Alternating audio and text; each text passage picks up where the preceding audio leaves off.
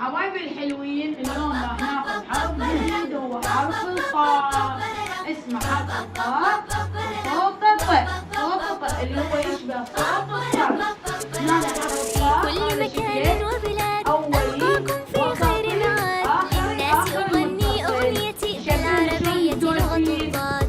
ربي أغني أغنيتي أجمع أسرار التبيان. والعربية تبقى لغتي في كل مكان وزمان. لغتي لغتي ما أحلاها. فيها تتجلى الأمجاد. ولساني يشدو بهواها. والعلم لنا أغلى زاد. فأرسم بالدنيا أحلامي وأسامر أطياف النور.